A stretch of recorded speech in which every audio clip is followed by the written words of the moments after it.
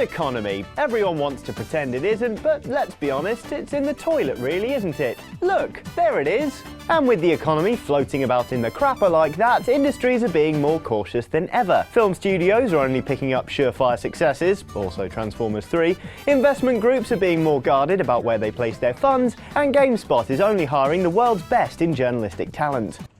The same thing's happening in the games industry as well. The last few years have been dominated by sequels and reboots of popular franchises from the 80s. And while some of these games have been excellent, some of these games have been Duke Nukem Forever. Shake it, baby.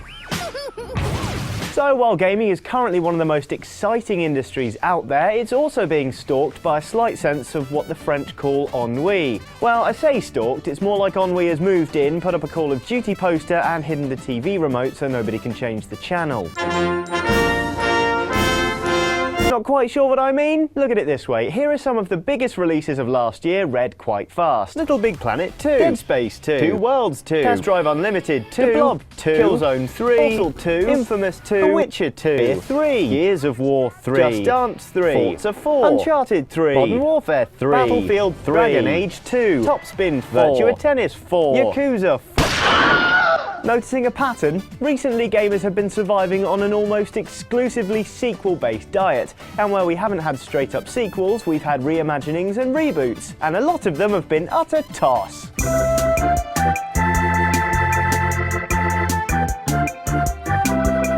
But the key question in all of this is, why is it happening? Well, if you cast your mind back to the incredibly clever visual metaphor at the start of this feature, the economy is currently bobbing up and down in a bowl, and fun as it is, gaming is still a business. Publishers want to know whether a game is going to sell before they commit, and given the choice between a brand new product and something that's already proven its mettle on the market, they'll almost always go for a sequel, or at least something that's already a household name, even if it has been absent for over a decade. So while half the internet is stamping around like a stroppy toddler going, "I don't want another Syndicate, I liked old Syndicate with strategy in it, I hate new Syndicate," we are at least talking about it, and EA in turn will be feeling a bit more confident about the project on the whole.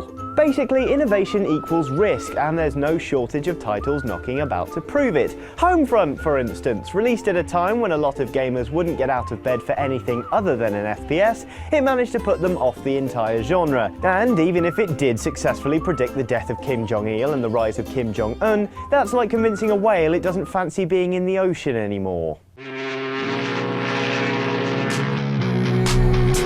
Or how about Mirror's Edge and Brink? Anyone would have thought combining gamers' appetites for jumping over things with their lust for pointing shooty things at other things would have been pure sales dynamite.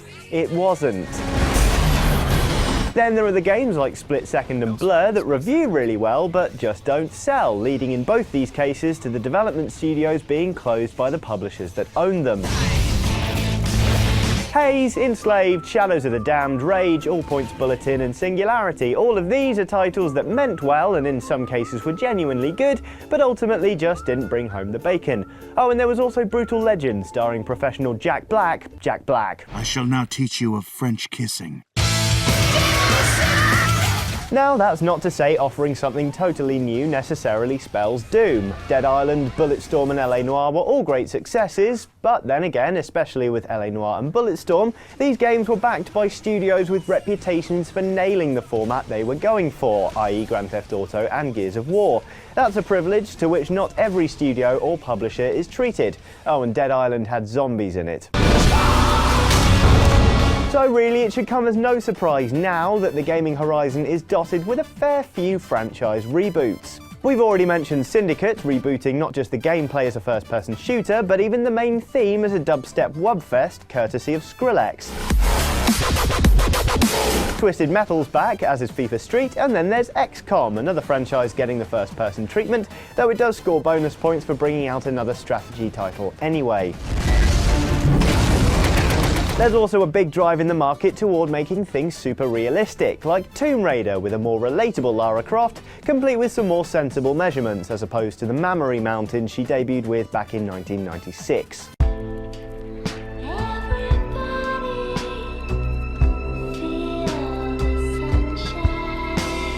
Icing on the cake though is SSX, reinventing itself as a snowboarding title / action-adventure game / flying squirrel simulator. What was wrong with the over-the-top whimsical fun of SSX Tricky, exactly? I'm sure it'll be perfectly good, but that's the point. It and so many other titles like it are pretty much just hedging their bets. There's nothing wrong with any of these franchises per se, it's just that after a while, constant iteration or quote-unquote reinvention gets a bit, well, samey. Extraction complete. The niggling thing is, these are incredibly creative people we're talking about. It's not as if some strange virus has gone around turning all AAA developers into a bunch of simpletons, incapable of conceptualizing anything if it isn't a direct sequel, but you'd be forgiven for thinking that way from time to time.